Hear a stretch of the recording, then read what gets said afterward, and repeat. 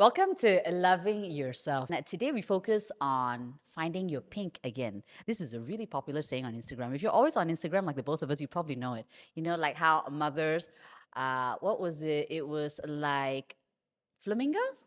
Are they flamingos? Yeah, I like flamingos. You know, when flamingos give birth, they become less pink. I did not know that. They become less vibrant, and eventually the flamingos get their pink back. So in the parenthood and mother society, around the mother circles, it's been a saying to find your pink back. That's why I have Racheal, my very good friend here, parenting specialist, and just a really good friend to talk about finding your pink. So if you're on the same page as us, Racheal just had baby number 2.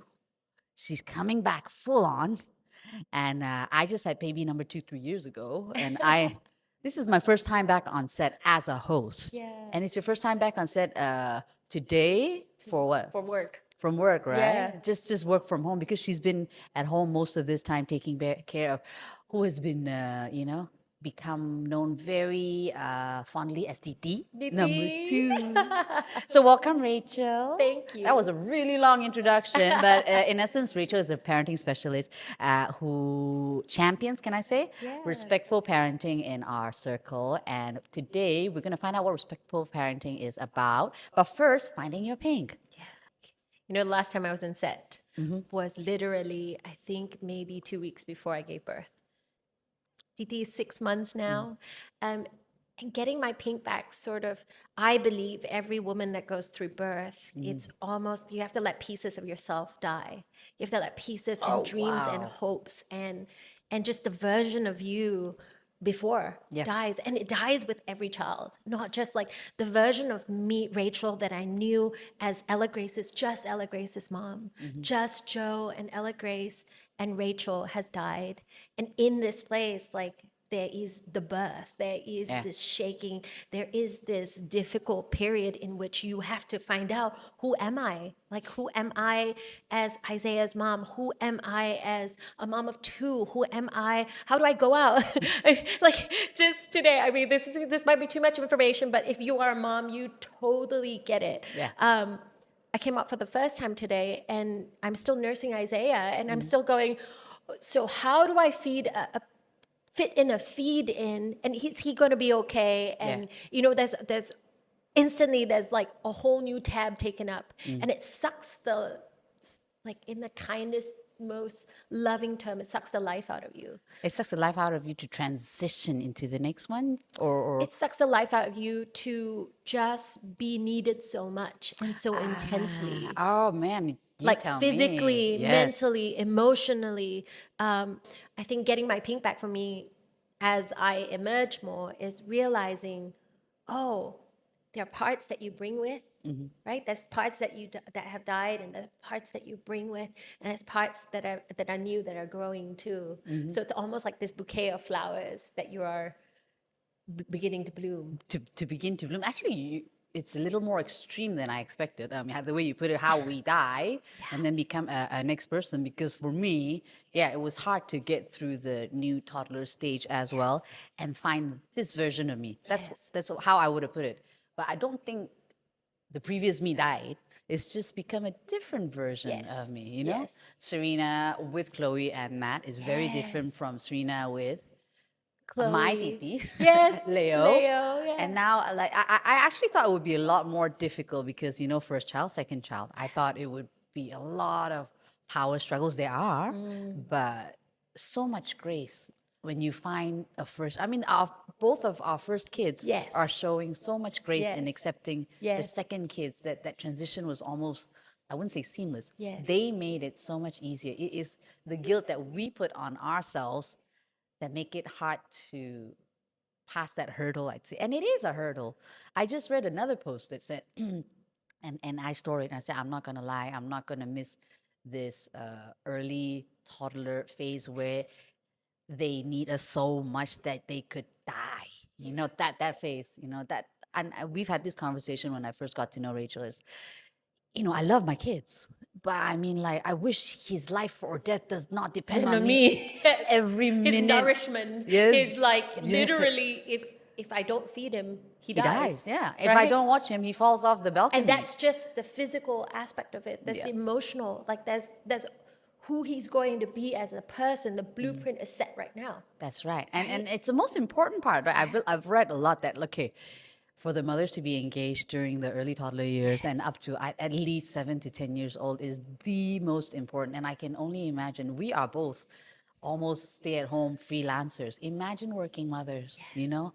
How do you create that bond when you have to be gone like 7, 8 hours a day and come home with that burden on your back and like still try to engage and play with your kid, for example, right? So, I mean, this is not just for stay-at-home moms, freelancers, or, you know, new moms. It's for all kinds of moms, right?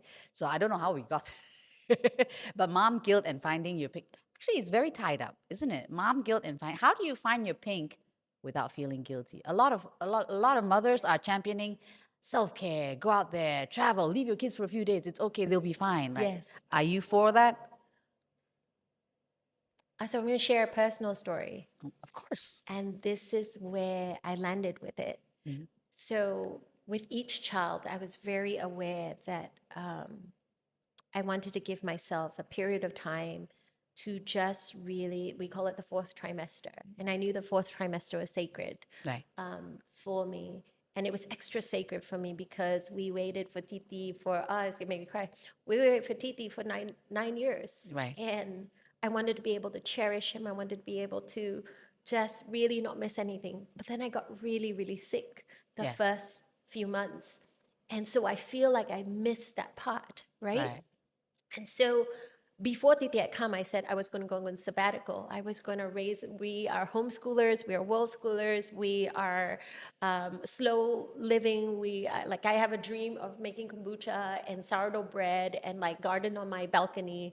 And you did. I think for so many people in our generation, this is the dream because our parents went out and worked. Our parents gave their whole lives to making sure that we would be set up. But in that setup, we also felt like we lost something.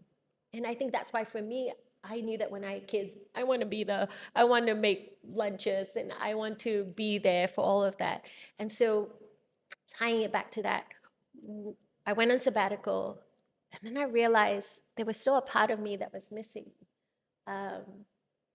There's a part of me that deeply loves my work. There's a part of me that lights up with the idea of being able to walk and journey with other parents. There's a part of me that lights up to do this, like just wear a pretty dress and put on makeup and talk to my friend Serena, right? Or any other podcaster for that matter.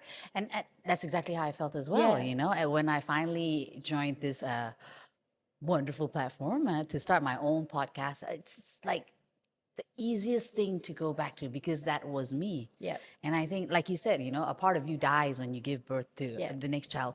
That part of me had to die for a good few years in order for me to take care of the little one. Yeah. And I am the guru of this, right? Like I am the guru, but yet it took me 6 months before I gave myself permission to say, I want to go back to work. I want to grow this part of me. I want to let this part of me play. I want to let this part of me come alive again. And as soon as I did, I felt like me again. I felt whole and complete. And so this is all you. The choice to go on sabbatical was all you. Yeah. And you did not know how long the sabbatical was going to be. Yes. And then 6 months into Titi entering the world, it was you who decided and you who gave yourself permission. Hence the podcast, Loving Yourself. Yes. What made you come to that point to give yourself that permission? What was that, ding? I think a few things had to happen, right? So one was absolutely Titi started solids. Right. So Titi started solids. So then I knew he was no longer fully reliant on me to keep him alive, like we said, right? Once he started solids, then I knew, okay, I can be away from him for a certain time. Yes, there's like sort of the difficult parts, right? Like he's going to miss mama and I will miss him and daddy will have to learn all these new routines. But I knew physically he would be okay. Like he would stay alive. If he misses one milk feed, he's not going to die, right? He has options. So that was the first thing. The second thing I think was really beginning to notice like that I was becoming so insular. Like my whole world started becoming just about the kids. And I didn't like that. I love my kids, but That's actually one of my questions. yeah. Because you're a parenting expert and everything on your Instagram is about family and your children, right? Like does it at any point become too much like, oh, I want something else, you know? So that was always my intention when I went on Instagram. I Right. wanted to give people a look into what real life looks Yes. like, because I feel like sometimes you look at parenting experts and you say, oh my gosh, they must have it done so well. They are Right. the experts. And you're like, dude, there is like experts in theory. Yeah. I'm a much better in theory person Yes. than in real life. Yes. Right? And so I wanted people to get a glimpse of like what real life looks like for a mom to be able to come home to herself. What looks like for a mom to be able to have time to walk my park, right? Or do a circle or have a silly dance, or what real life looks like in our marriage. Because I feel like that's what happens. Yeah. You have kids, your marriage gets put on the back burner. I think more than ever, it was in those periods where I needed to be able to say, hey, Racheal needs love time. Racheal needs to be able, what we started with, Yeah. Racheal needs an oxygen mask so There that you I go. can pour into other people. I need my cup filled because my cup is empty. In those periods, especially, can I carve out the time to give me, for me, especially in different periods of my life, sometimes it's just been 5 minutes. Yeah. Or sometimes it's connection. I think the most important thing is I ask myself one question, and it's just simply, in this moment, what would feel most nourishing and nurturing to me? That's a good one. So whatever your oxygen mask is, I mean figuratively for you, you know, if it's a pedicure or it's just running away for a glass of wine, which I do sometimes, you know, fill that cup, right? Because like a lot of us just forget because we're supposed to be mama, mama, mama, mama, just the other day.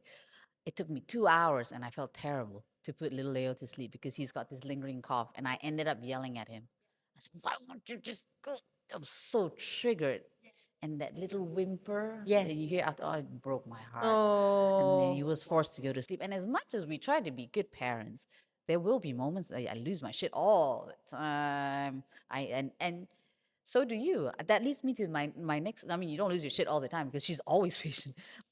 Do you like how often do you say no? Like I mean, because like Ella Grace is a very engaging young. If you follow Racheal, you would know Ella Grace is very engaging and all that. How often do you say no to Ella? And like is it difficult? And like, have you had times where you're like, oh no, like I botched that one. You lost your shit at her. absolutely. I think it's important to be able to distinct this. I think the misconception comes that with respectful parenting, we don't say no. But actually, with respectful parenting, we say no all the time. We have to be able to say no. Boundaries are so important. Boundaries are the most important part of respectful parenting. In order for me to be a kind and good and loving mom, I need to have boundaries, not just with myself, but also with her. I need to be able to say, there is a no in my body, I need to honor that. There is a no in your body, and tell me more about that. Tell me about the no in your body, because when she grows up, I want her to be able to know that her no matters. I want her to be able to know no is a complete sentence. Yes. And that's just not for my daughter, that's also for my son. That's also for my husband. My husband has to honor the no in his body. And the no in your body sounds like, hey, I need to go take 10 minutes for myself. Can you take the baby? Right? And But that- there's a kind way to that. Yes. Yes. And how do you do that? The kind way. It's- Give an example. Yes, so I'll put it really simple in kids' terms, because Ella Grace does this really well. It's called a yes sandwich. A Have what? you heard of a yes sandwich? Okay, so a yes sandwich is a yes, and then a no, and then a yes. Ah, okay. Right? So, say, for example, Serena says, Racheal, can we go spend, invite me to something that I'll probably say no to? Let's go to a cocktail event that involves a lot of drinking. That is a big no in my body. I'm like, socially, it's already exhausting. I don't drink. Yes. There's a bunch of people that are like, I'm like, yeah, there's just lots of other things I'd rather do. A no is actually, I'll show you a no. So a no would just be like, So there's this mom that's like, okay, like, oh, Serena asked me to go, so I guess I have to go because I don't want. What if Serena doesn't want to be friends with me anymore? This is the first time she's invited me. How do I not That's go? the Like, no sandwich? no. So that's the if I don't want to go. Oh, okay, Right, but then okay. I'm just pleasing you. Ah, I'm just saying which yes a lot of because people yes, do. because I'm Yeah. a nice mom, Yeah. right? I'm a nice friend, and so And this is I not just don't for want. moms. Yeah, This is for anybody. I don't want Serena to think I'm not a good friend. I don't want. Yeah. Oh, well, she went out of her way to go invite me, and then here I am saying I don't want to go. So then I go, and then what do I do? I'm resentful, Right. or I hide, or I'm exhausted, and I come home and I yell at my kid, I yell at my husband because there was a no in my body that I didn't honor, and I wanted someone else to say no for me. And So then I'm angry at you, I'm angry at my husband. Why did you make me go? You know I don't want to go. Why didn't you just make up some excuse on why I don't want to go, right? Or I take it out on my kids. So that's when you don't honor the no. Or I say, I don't want to go. This kind of thing. Why you want to go? This kind of thing. Like, right? And then I make you feel small. Right. So there's a way for both of us to not feel small. So the yes sandwich sounds like this. Oh, Serena, thank you so much for, wait, let me be honest in replying this. Okay. So I need to take a moment and really feel into like, how do I feel? Okay. Oh, tell me more about this cocktail party. I get it. Like, Okay, tell me okay. more about this cocktail party. Okay. I want to hear more because you're excited about it, right? And so then I say, oh, okay, tell me more. And like, oh, yeah, it sounds like a lot of fun. I would love to go to it, but like, I have like social anxiety and like, I just don't feel really good. Can we hang out? Can we do something else instead? So I will tell you, hey, want to have a home hang instead? Let's go make soup. Right? I'd love it. Because I think in the end, maybe she's just asking for connection. Yes. Right? And so when I say, tell me more, then it tells me, oh, or maybe she wants a kawan to go with her, in which then I can honor and really sort of say, I am not the kawan to go with her, right? She needs to go look for someone way more extroverted to go with her, right? Got it. And so did you notice the yes, no, yes? Yes. So the first yes was tell me more. I'm going to reiterate all the things that you're looking for. Yeah. The no is I have to honor the no in my body, which is simply I can't go. But I'm going to be really honest and tell you why, right? Really vulnerably. So a lot of times we put out a front, we say no and we pretend it's something else. And sometimes I think if I just tell Serena, I'm feeling really nervous, I don't feel ready yet, Serena's going to soften because I've softened and she softens. Got it. Right? Then the last yes is what can I offer Okay. for that? And like your kids can do it. And that just struck me, this method of respectful parenting doesn't just apply to children. We just did a friend moment there, you see? So it could be a work thing too, okay? So say, I don't know, your superior suggested something that you really didn't want to do. So you do the yes, no, yes. You see, she just gave us some hack there.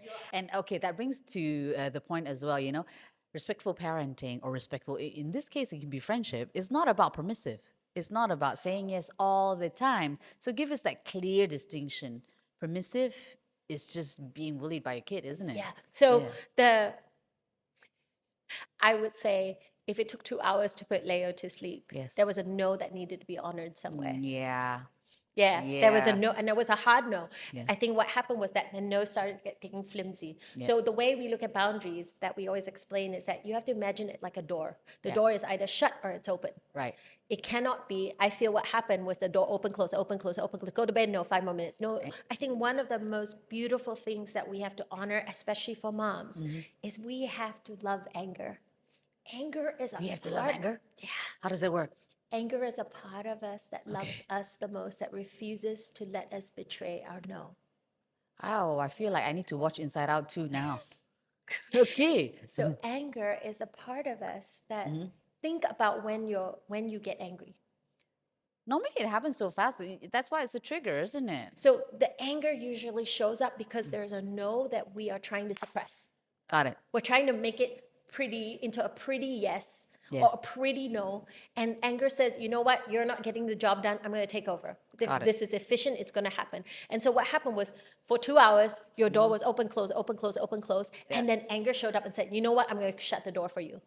And so anger protected you. Anger said, I'll take care of you, Serena, because right now, you love Leo so much and you don't want to hurt his feelings. Yeah, but I did eventually. So anger did that, isn't it? And so anger came in to say, Serena, this is important. You need sleep and Leo needs sleep. And so we need to put a boundary in. So then what we do in parenting classes, we look at the big picture and we say, what are some things that contributed to this? So what was he doing when he wanted the 2 hours? Was it connection? Was it play? Was it movement? Everything. So then if it's everything, then we say, how do I incorporate that more into the day?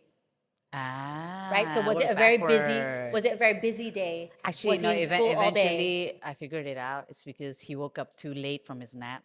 So at that point that I was trying to put him to bed, it was too early. Nice. So he woke up from nap too late, and so therefore he didn't have any free play time. He didn't have any connection time. He didn't have any of that. And then so then his sleep pressure was too low for him to be able to go to bed. So then you fast forward. So you see there's always like two components to that. There's the emotional, and then there's also the okay, now what are some elements that added to it? But more than that, I would also say it wasn't just Leo in this picture. It was what that Serena needed to be nourished and nurtured in that moment.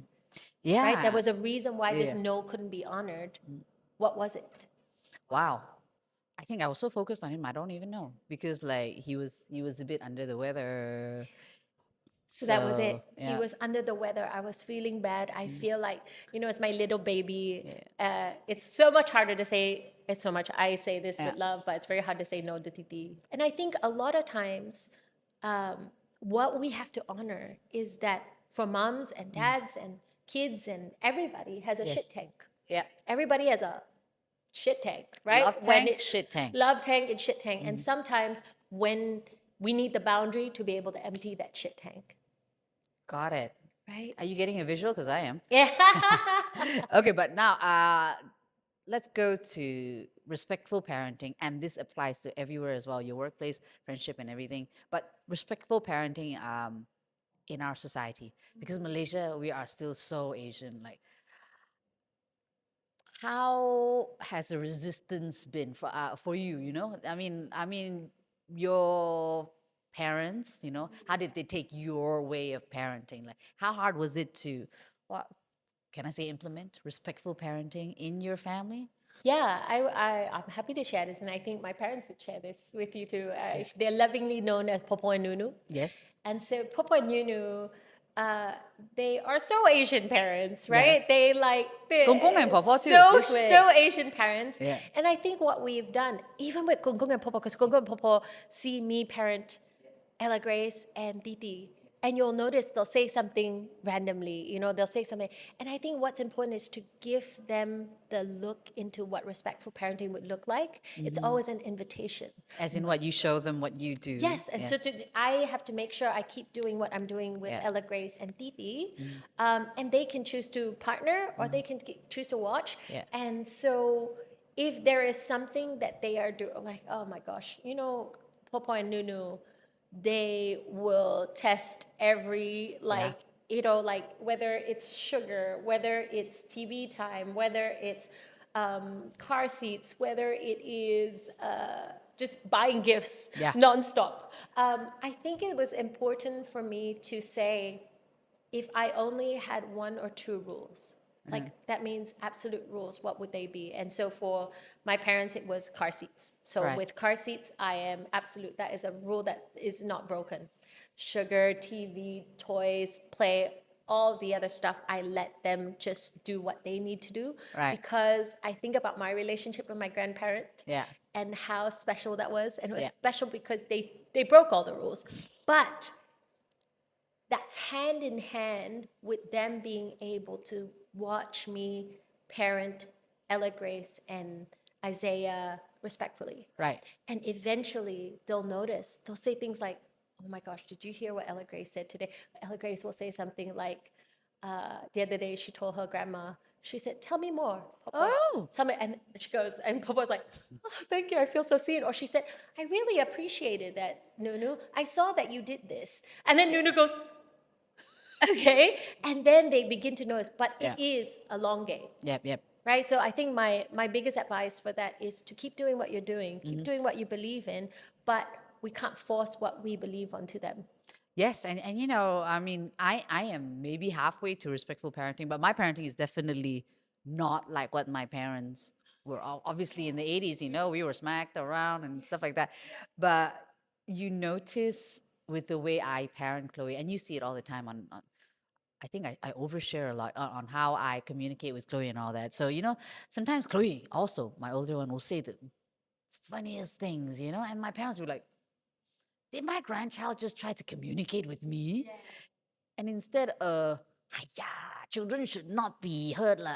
They should be seen and not heard. Yes. They're actually, They try. no, they're I've actually seen Gong Gong and communicating. Popo try so many times. Yes. Oh, they're so sweet. Yes. I love Gong Gong. Gong Gong is like the resident Gong Gong in our Yes, neighborhood. he's Like my father, the gong gong of everybody the calls him entire. Gong Gong, and Yes. he's sweet. He's kind, and I think yes, there's even Popo. Like Yeah. there's a certain like old schoolness about them, Yes. right?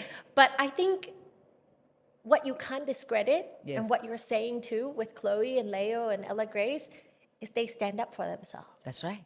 You know, they're able to sort of say, I Yeah. don't like that. I don't like how that speaks. Or sometimes Ella Grace will say, you're shaming me and I don't like it. Oh, wow. I And haven't you're heard just that, like, yeah. ooh. Yeah. Like if we did that, But I mean, this generation of kids as well. I mean, with the exposure to YouTube and whatever not, are already more outspoken. So respectful parenting kind of, you know, I like that there's the, is it desensitizing or is it sensitizing? I get those two mixed up. But I mean, you are more open to talking about things like exposure to YouTube, swear words, your feelings, and all that. And I think that's important for kids nowadays to be able, because they're already expressive, to express themselves the correct. so now the onus is on us as parents. So a very good example of that is this conversation yesterday that we had. And we every night we have this, you know, what's something you would have done differently? What's something you would have done the same? Right? And so helping them reflect, giving them the gift of discernment to be able to say, hey, I like that I honored my no. So I like that I said, hey, you can't shame me. And you want them to be assertive. But could I have delivered that in a different way? Right? Could I have been, can I have more clues on were they really trying to hurt me? Were they really trying to, you know, did they mean well? And they just, I needed to honor my no, but how could I have delivered that in a different way? So, because a lot of times, sometimes that's what kids are learning. They're learning social cues from Yeah. us. So we don't want them to be flippy floppy, right? So I agree to everything, but we also don't want them to be in kids' terms that we use in our household is I don't want them to be the turtle. So the turtle doesn't say anything. Right. Neither do I want them to be the tiger. The tiger hurts everybody with their Right. Okay. anger, right? I want them to be the wise owl. And so we usually have conversations like that because there will be times where they are the tiger, Yeah. and we need pauses to be able to say, how did that feel like? What happened after that? Or tell me more, right? So without sort of shaming them, because this is what we do. Yeah. We go and we're like, you should have done this, you should have done that, like, why didn't you do this? Da, da, da, da, da, da.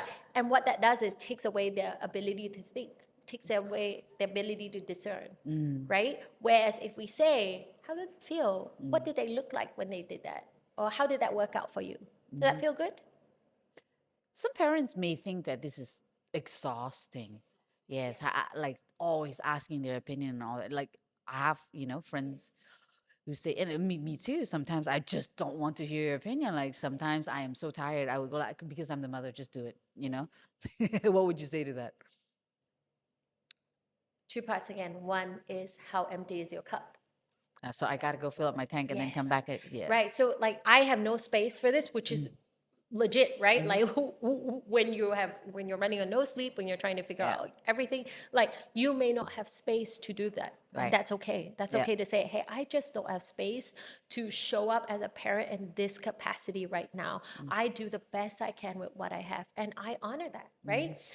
So there's that piece, and then the second piece is also if we are doing respectful parenting consistently, even a little bit at a time, the kids that are raised with respectful parenting actually become more, I always say it becomes lazy parenting Oh. because they are then able to care for themselves differently. You know, if Yes. you make it part of their daily habit to reflect. So Yeah. the only reason why I knew about this conversation yesterday was because Ella Grace came to me this morning and said, Mama, can we talk about something? And I said, sure. And she's like, So I was sitting with how I responded yesterday, and I'm not sure that I really like how I did it. Wow. Right? And so it doesn't require me to Yes. go and da, da, da. And I said, so one of the things I said, well, do you feel like I need to have a conversation with her mom? You know, do you feel like you overstepped a boundary or not? And she's like, no, I think we left it pretty good. She's like, it's just at first I was a bit rough, but then I yes sandwiched her and da da da da.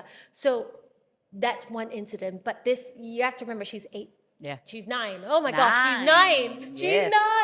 9. She's 9 now, and it's taken 9 years to go here. So yes, it was intense for the first 9 years of her life, Yeah. but eventually it gets lesser and lesser and lesser. So it's hard for this to will pass. It's hard for a little bit, and then they gain new skills. I think in any situation, it's always important to say, either way, it's going to be hard. Yeah.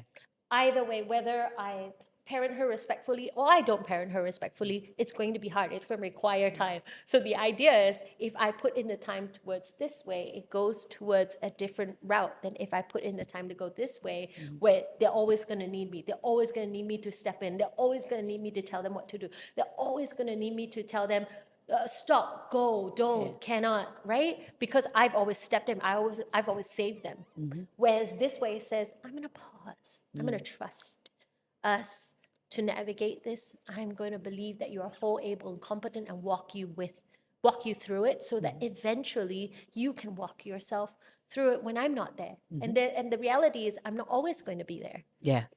And this just struck me. Respectful parenting, basically what you have done with Ella Grace is you have equipped her since young, and so a 9-year-old can actually pull out all these tools to make it easier for you to parent eventually, as opposed to us who are just going with how we were parented and how so this is what I'm getting for respectful parenting, which you can apply to work, friendship, and everything else, not just parenting. Would you say, to wrap up this one, because we're running out of time? And so I wanted to say, if you want to learn more about respectful parenting, she's always there. It's that Instagram is an open book about everything respectful parenting, and also for hacks. She can clean an oven like crazy and scrub stuff. Like I learned recipes from your Instagram. I don't learn how to dance because I am not that kind of person. But hey, we all let off steam different, right? And You box. Yeah, I'm always really inspired. I'm like, I will book a class pass. Why not? Come with me, right? Then I'm up all night there singing. I'm like, I'm just so tired. I have to respect the no in my body, Serena. I love you, but I have to respect the no. Do you know it? She just did it again. Can we cook? Can we make soup instead? I make soup for her all the time. Best soup. So, thank you. I think it's the most bland one, but my kids always say they want mama soup because mama soup is mama soup, right? Yes. Because no salt, no cubes, no nothing. That's besides the point. So coming back to this, respectful parenting, again, it's not just about parenting. It's about respecting yourself as well, because you talk about coming back to yourself, filling your own cup, which is essentially what this podcast is about. Loving yourself before you're giving that oxygen mask to everybody else. So about the Finding Pink one, she's come back. Look at her. She's full on pink, man. I'm working on it. I've got the podcast right now. And hopefully, I'll be the Serena that I'm proud of, because at one point, I have to say, I got a bit lost in the whole parenting game. I think we all get does. lost. Yeah. I think it's okay to say we get lost. Yeah. And I think the most important thing, I think just be able to wrap this up. Yeah. I want to be able to say, I think we talk so much about great things in theory. Yeah. But I think one of the most powerful things we can do is just honoring yourself and sort of sitting and saying, what would be most nourishing and nurturing for me so that I can nourish and nurture my little one? You just summed it all up, to be able to love yourself and say no and to get that pink back as fast as you can, and to be that Serena and Racheal that we love ourselves. I think we're there, almost there. Thank you so much. Find out more about Racheal on Instagram, Racheal Kwacz. You won't miss her. She's the one with the smiliest face and big one on the profile picture. Thank you so much. Thank you. She'll be back, by the way. She'll be back. Bye.